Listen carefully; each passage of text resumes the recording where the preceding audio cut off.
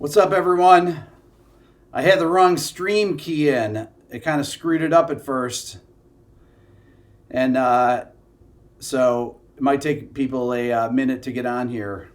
So before I start, discount code for today, we're going to continue on with the with our quarantine sale here. Beato book, YouTube, Instagram transcription bundle, 50% off with this discount code. And the ear training course, 30% off with the same discount code. You have to go to beatoeartraining.com. We just released a new chapter for those of you that are Beato Ear Training members right now. And this chapter is related to what I'm going to talk about today. And what I'm going to talk about is the this triad consonants idea. I'm going to relate everything to a C major chord here and talk about how all these chords relate to C major. Okay, so first things, I want to define a C major chord. For those of you that don't know, C major chord is made up of the notes C, E, G.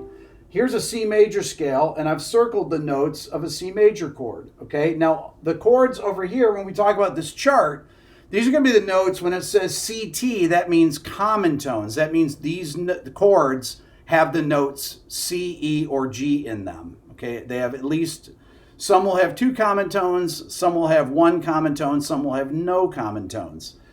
Now there's another thing, DT up here, that means diatonic tones. Diatonic tones are notes from the C major scale, D, F, A, and B, that are not part of a C major chord, but are part of the C major scale. Okay, so the diatonic tones are the notes that are not part of C major. So we get C, E, G, and the notes that are not part of that scale are D, F, A, B, and that's it. Okay, now, what's interesting, and this is going to be related to being able to hear these things as well as knowing them. When I say use these chords to make your music more interesting, here are all the major and minor triads chromatically that there are in existence in relation to a C major chord. A minor and E minor share two notes of a C major chord. Okay, so here's C major. This is A minor. One note has changed. So they share the notes C and E. But the G from C major moves up to A. So an A minor chord has the notes A, C, E, right? And a C major is C, E, G. So C and E are common to those two. Okay, so if I go from C major to A minor, back to C major, that's as close as you can come to a C major chord, all right? Sonically. That's why it's the relative minor, because it shares two notes, including the tonic C. It has the note C in it. E minor that's why A minor is a substitute chord for C major. Well, E minor is also a substitute chord for C major because it has two notes from a C major chord, but the two notes are E and B. Okay, so this is what it sounds like. C major, E minor, C major. Okay? So they share two common tones and one diatonic tone, each of these do. But the E minor chord is one step removed because it doesn't have the note C in it. Okay, so the next chord on the chart is F major. Now you'll notice the first few are all diatonic chords. Diatonic meaning they come from the key of C. The next chord is G major, okay? F major. So we go C major to F major. There's your plagal cadence. Okay, well that has the note F, but it's the note F, A, C, those notes are in F major. So both the chords have the note C, C, F, C. All right, so there's two diatonic notes, F and A, so they're in the scale, in the C major scale, but they're not part of the C major chord, okay? So this is the next level down of chords that do not have the note C. So these have two diatonic tones and one chord tone. G major has one chord tone and two diatonic notes, but the diatonic note, the chord tone that's the same is G. So here's C major, G major, C major.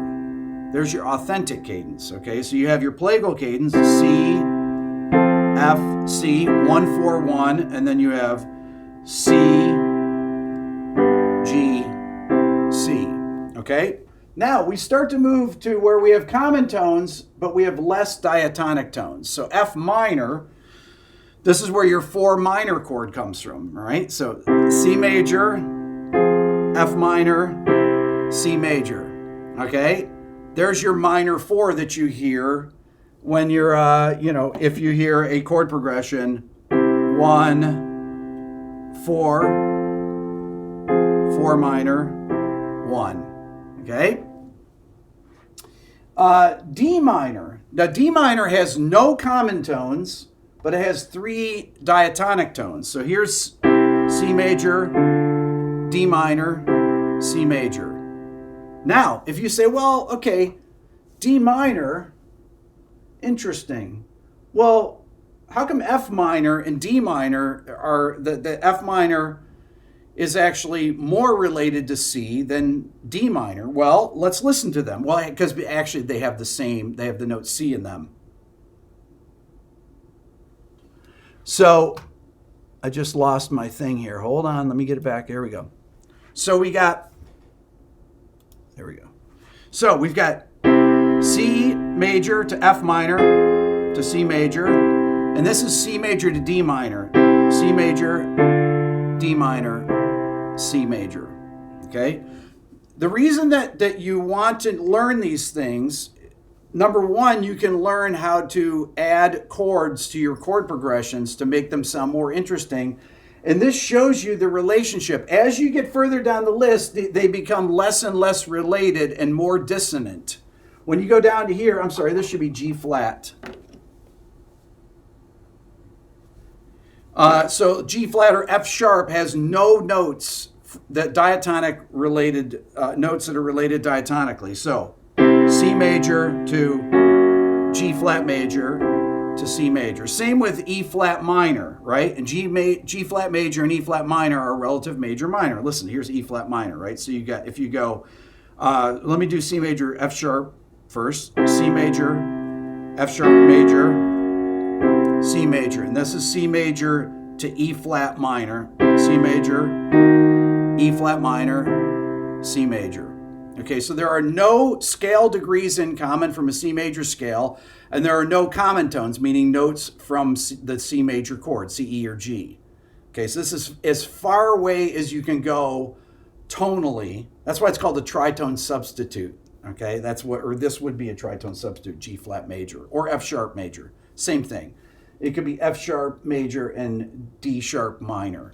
Okay, so let's continue on here. So then you have G minor next, which has 1 common tone and 1 diatonic tone, okay? So here's C major to G minor would be this.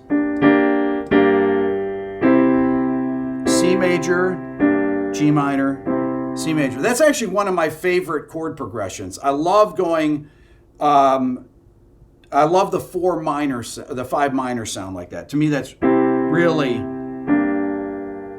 beautiful. Because that's 1, 5 minor, 1. C major, G minor, C major. Next we have A major. This is where you start to get things, secondary dominance, things like that. But this starts to get a little more distantly related. 1 common tone and 1 diatonic tone. So here's C major, A major. You can hear that note E. Listen. So you could have the note A. You could have the note C. I'm sorry, the note E held across those 2 chords. Hold on one second. Aaron's. Okay. Aaron's telling me to explain this more clearly here. No, just kidding.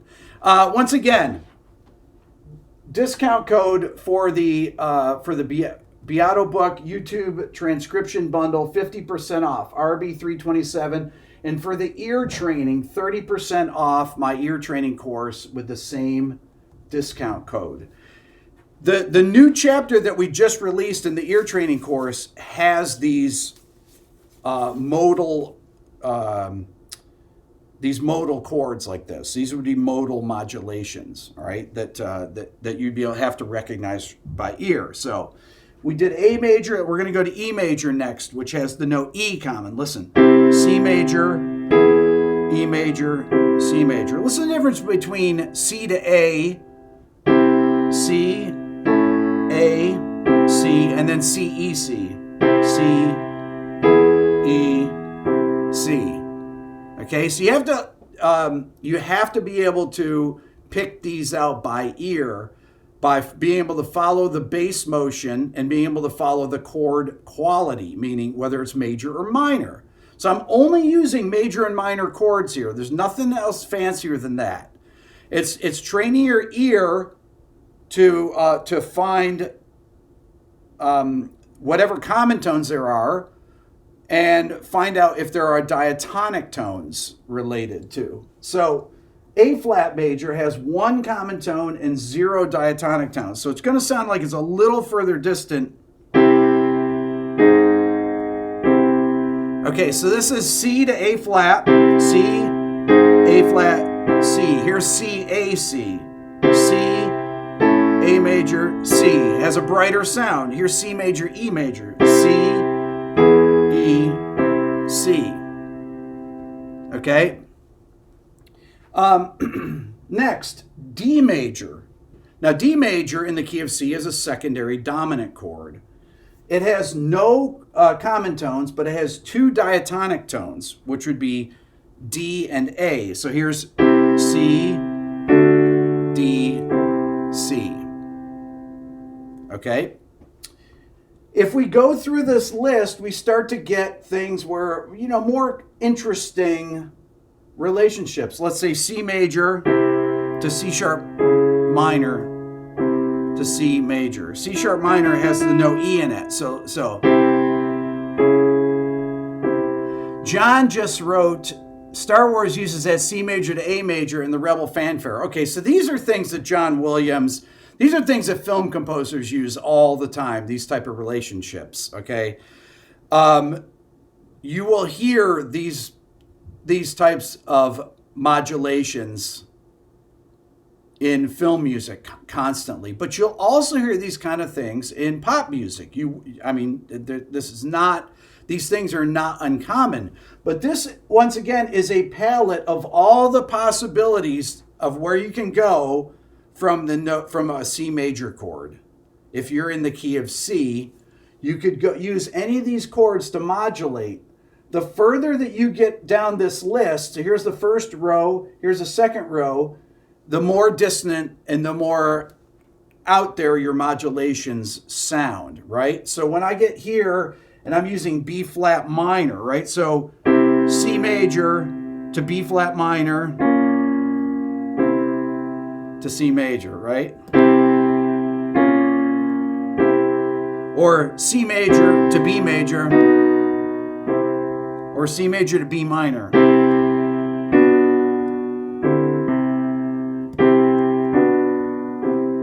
You can hear when those notes are, when there's something a little bit off from it. When I go C major to A minor, it sounds totally normal. When I go C to F, when I go, C to G minor, well, I'm sorry, C to F minor, you can hear that these sound like they are, that they make sense to the ear, okay?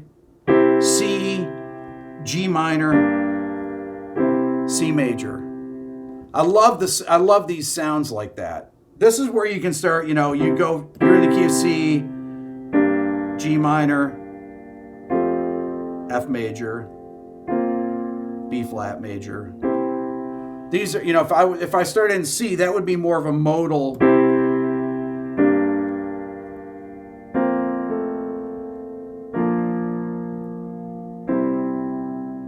This is where you start to get really interesting, to me, sounding chord progressions, or like I said, C major, A major, C major. That sounds, that's John Williams, those kind of modulations. You'll hear that in the Star Wars themes all over the place. I'm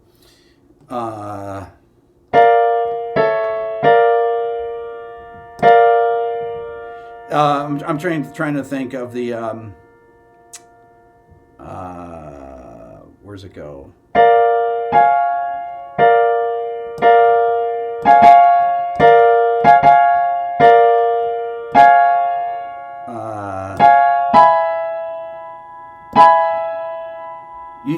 You can hear that, right? So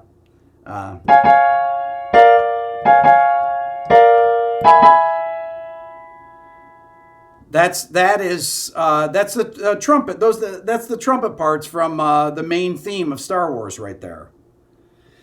And that's how John Williams is thinking of these things. He's thinking of these types of relationships between them. Which ones sound?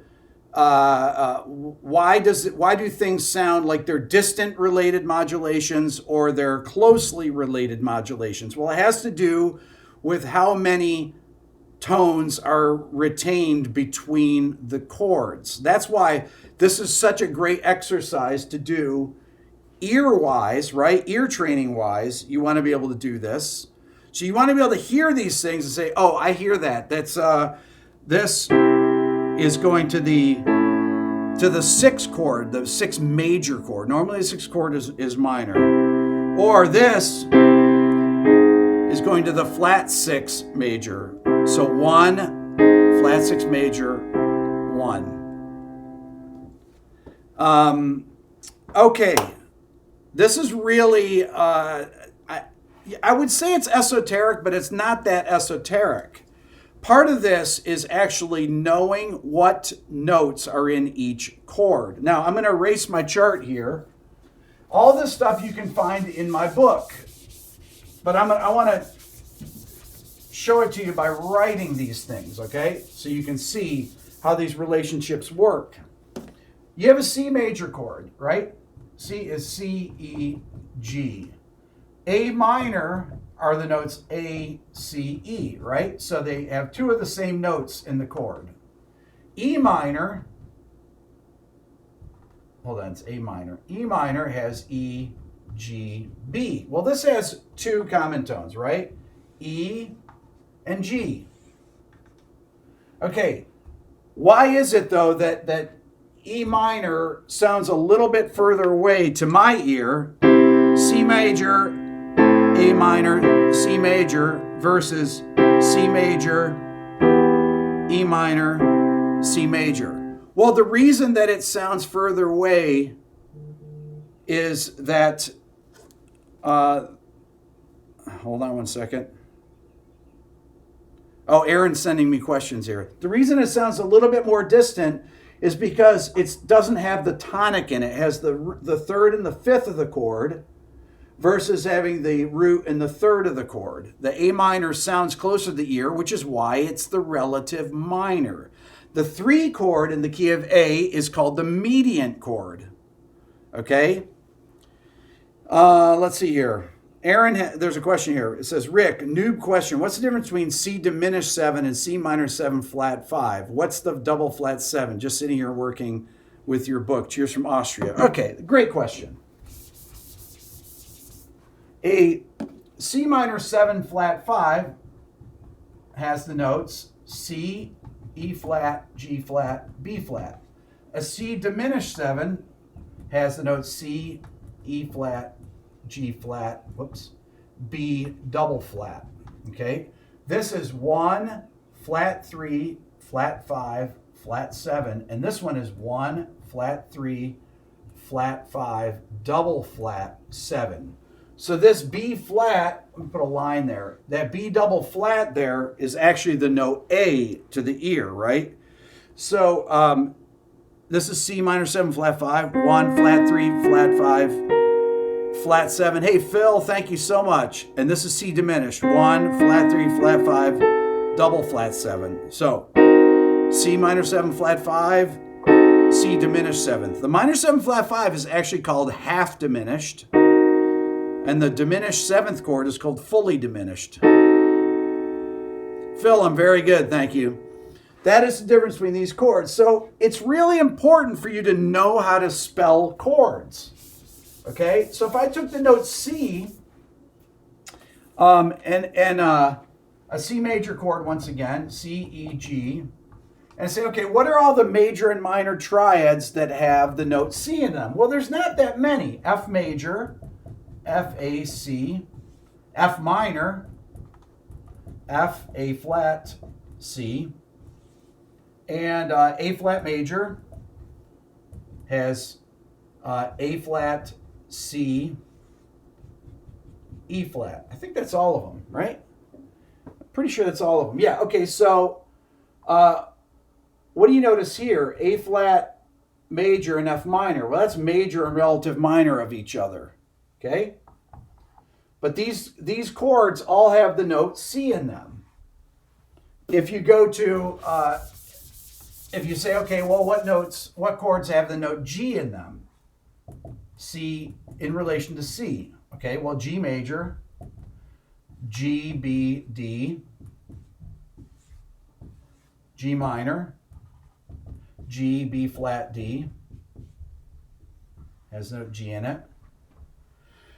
Now, we're not talking about any other chords other than major and minor triads, okay?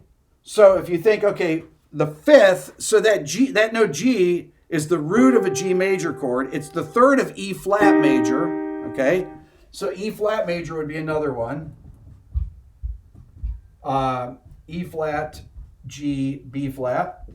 And then another way to do it is think, okay, well, what's the relative minor of E flat? Well, C minor. C minor equals C, E flat, G, right? So these are how you figure these things out. You have to know how to spell these chords. You got to know how to spell basic major and minor triads. That's what's in my book. The first chapter in my book is intervals. The second part of the first chapter is building chords, major and minor chords, major, minor, diminished, and augmented. But all we're talking about right here today is simply major and minor triads. That's it. We're not using seventh chords. We're not using sus chords. Nothing. This is as basic as you can be. But when you start to hear chord progressions that have these borrowed chords or modally related chords, I use this example all the time.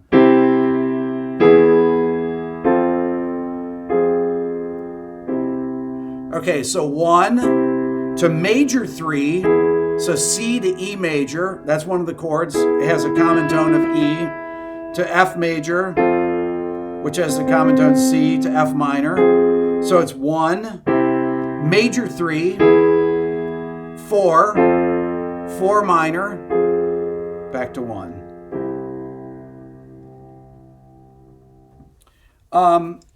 Okay. All of this, like I said, these modal relationships, we just added a new chapter on the ear training course. Today is I'm going to be adding the videos later, but we added all these relationships so that you can try to hear them. And they are not easy for people. You'll be shocked. I'm going to be looking at the scores later, the people that are... because we have the top 10 list of people that are the fastest. If you opt into that, you don't have to opt into that. But for those of you people that are competitive and you want to go against other people, you can do that. Lou says, how do you think of this while improvising? Well, when you're improvising, it's actually pretty simple because, if you know all your basic major and minor triads, and know where they are on your instrument, it's pretty easy to do, I mean, C major.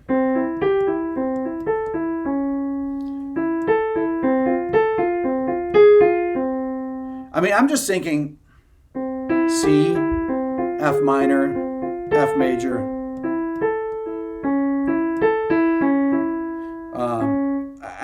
you just know where these notes are. You just have to practice it. I mean, it's just like anything. How do you know anything? You got to learn it and memorize it, basically.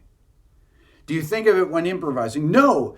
See, the whole idea is to develop your ear to where your ear hears the interval relationships. It can just go to the notes, if that makes sense.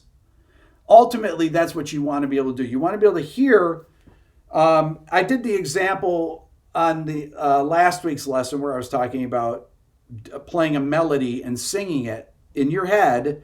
If you have the starting note, you should be able to get all the rest of the notes easily because you understand what the relationship is from one note to the next. That's the intervals. Well, the other thing is to understand the relationship from one chord to the next. That's the next level up, so that when you hear something, if I'm listening and I hear this, I instantly know, that's a 3 major chord. Why? Well, because I've heard it a billion times. That's why. And once you hear it a few times, you just recognize that. That 4 minor usually comes after the 4 chord, right?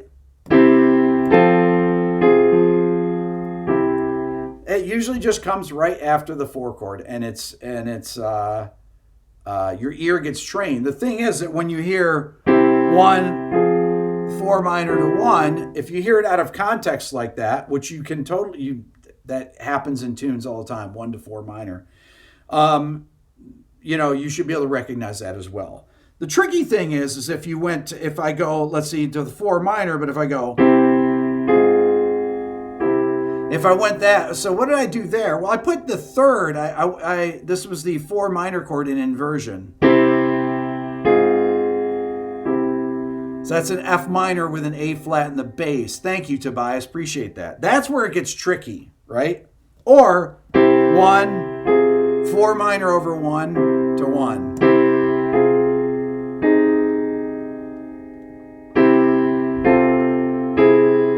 Oops. That's where I think is cool. So I went C, F over C, F minor over C, A flat major over C to C. Okay, questions here. Okay, Craig says you're a gigging musician. By the way, everybody, wash your hands all the time. That's my public service announcement. This is a very serious virus. And wash your hands, don't touch your face. Very hard to do. Easier to do if you wear glasses. That's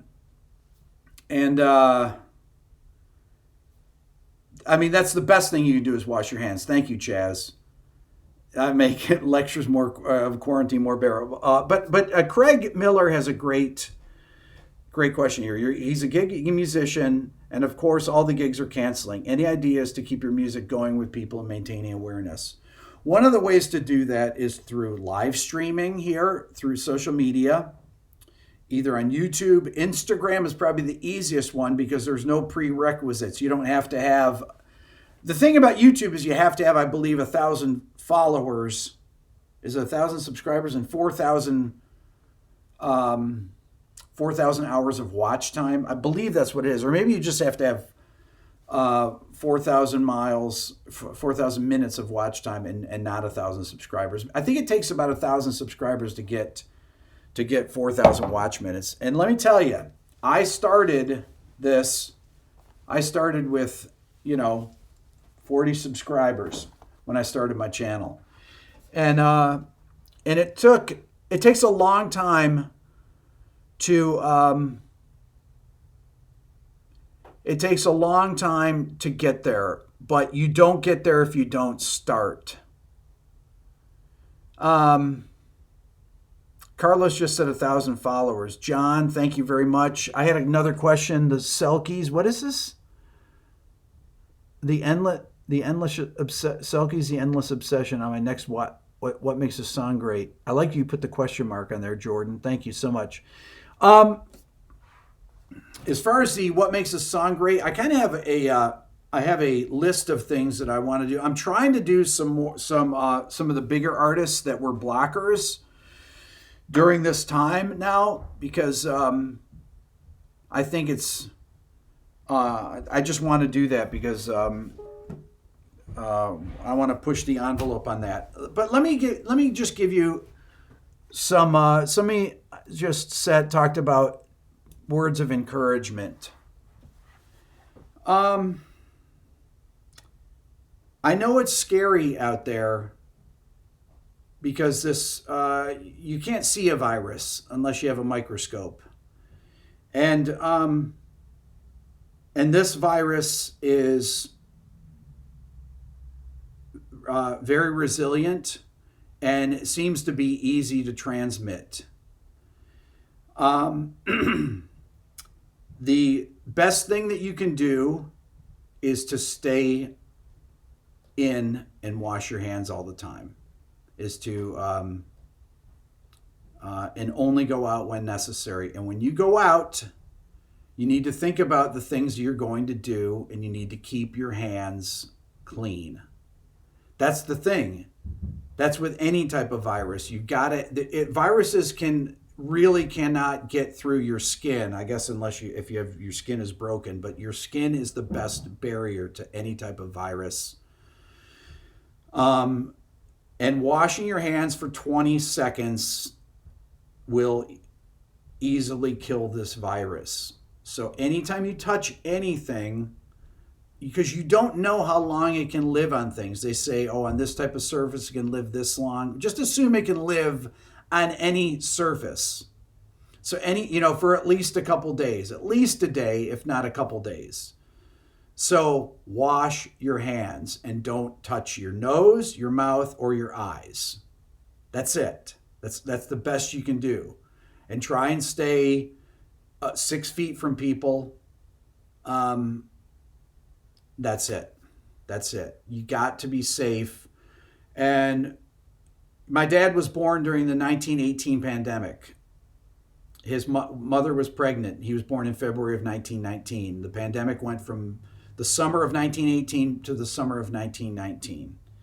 And it was deadly. It killed 675,000 people in the United States and 50 to 100 million people worldwide. And there were not 7 billion people on the planet at that time. I don't even know if there were a billion.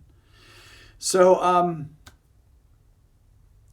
20 seconds, somebody said, but it has to be with soap. Yeah, you don't just rinse your hands. I assume that you realize with soap you have to wash your hands for 20 seconds. And 20 seconds is not a short period of time. There was a great video that I saw on YouTube, of course. It was a woman that was washing her hands with blue ink. And it showed how long it took to actually get your hands covered in blue ink. This part of the hand is not, people don't wash those. Okay, this is my public service announcement here. They say if you sing through Happy Birthday twice, it's 20 seconds. You can count to 20 as well. Michael, great content. Thanks for what you do. Advice for frequency ear training. Know your mids, highs, and lows for EQing mix. So frequency training for EQ is something that is done by practice and understanding that nasally tones happen at 1K, okay? And your muddiness usually happens between 300 and 600 hertz. Typically, muddiness are where you would EQ a kick drum to take out the mud from it. A papery sound on a tom-tom is going to be around 500 hertz. That mid-range can even be from 300 to 800, but typically it's 300 to 600 hertz is where your muddiness will come in. So, I have a whole video on EQ, what the pros know about EQ that you should definitely check out. It was one of my big videos, actually, from a few years ago. I'm going to probably revisit that, but EQing and frequencies and things like that's another great way to train your ear that goes beyond understanding, 1 to flat 6 major to 1, or 1 to flat 6 minor to 1, okay? Once again, discount code for my Beato book bundle it's a 600-page bundle with a YouTube transcription and Instagram transcriptions. There's 620 pages or so. It's 50% off RB327. And my Beato ear training course is 30% off. Same discount code. Go to Beato ear training. These are the things to do when you're sheltering in place. This is the time to be safe and use the time that you never thought you would have to work on music. Okay? Please be safe, everyone. Thank you for watching today. And I will see you in a week or so on here, but I've got some new videos coming out. Thank you so much. You guys are amazing.